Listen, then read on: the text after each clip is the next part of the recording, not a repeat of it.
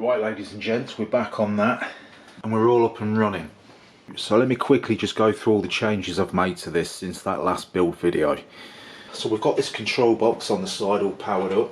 Got the back end of that controller, 24 volt power supply.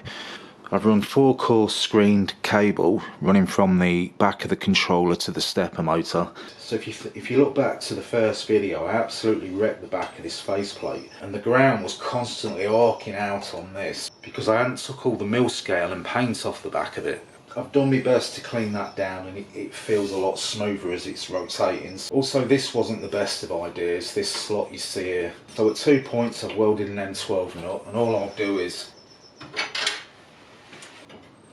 A while back I was playing around with this gearbox. Because that's an 18mm shaft going to a 20mm, I had to find this, source this Oldham coupler. But once I figured out where I wanted to put this has become so light to tilt back and forth that I'll probably use this for another project. Right, so I have had an issue coming up with a way of wiring this up. So I tried to plumb it in via the wiring of the steppers. So you've got your 4 wires, A plus, A minus, B plus, B minus. Well, I tried plumbing it into the A plus wire, thinking, well, if I can just get it rotating in one direction off the pedal, I'll settle for that. Pedal down, it'd start rotating, sounded sweet, but the moment I'd lift off the pedal, this stepper would make a horrendous noise, like a stalling noise. Now I'm just going to have to manually forward and reverse off that controller. So as you know, with this controller we've got forward and reverse, and we can change the speed in either direction. If I want that to go a little bit quicker, go back to the other way, I can change that speed as well. The one concern I had with this is how slow I could actually get this to turn. You do see some people buy those blue cheap ones online and they complain about how fast they're going at their lowest speed. So we'll turn this down as far as we can go. Right, so that's its lowest speed. I don't think I'm ever going to need it to run so slow, so I can get away with... I think what I might do is swap that pinion gear out for a larger one.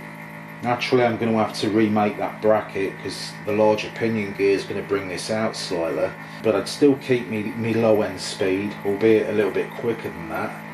But the motor at top end wouldn't be working as much as it is. Special guest, my sexy Paton 250 amp MIG, set on 40. Right, 40.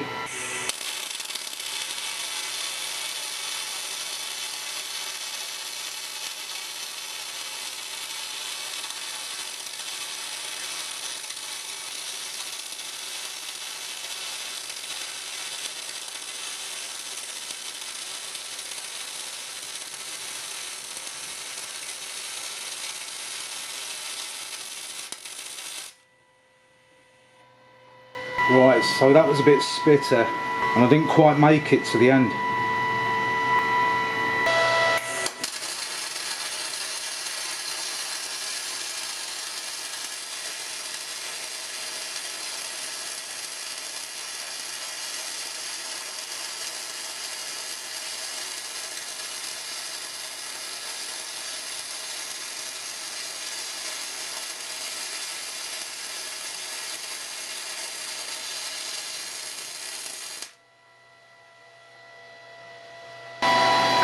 Right, definitely better.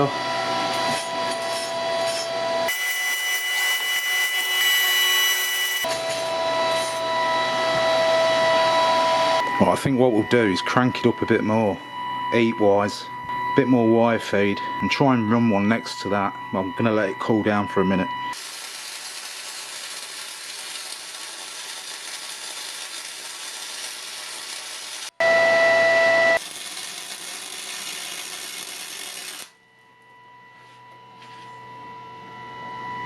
It helps if you put the gas on, eh?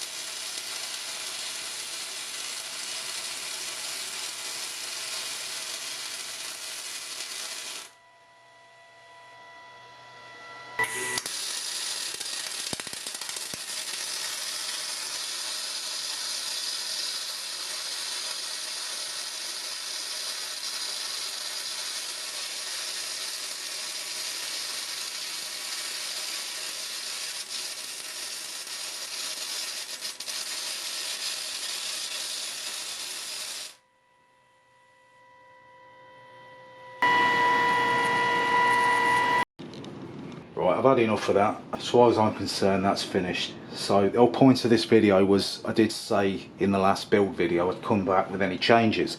Right, so that's your lot on this, and I'm going to jump back on that welding table.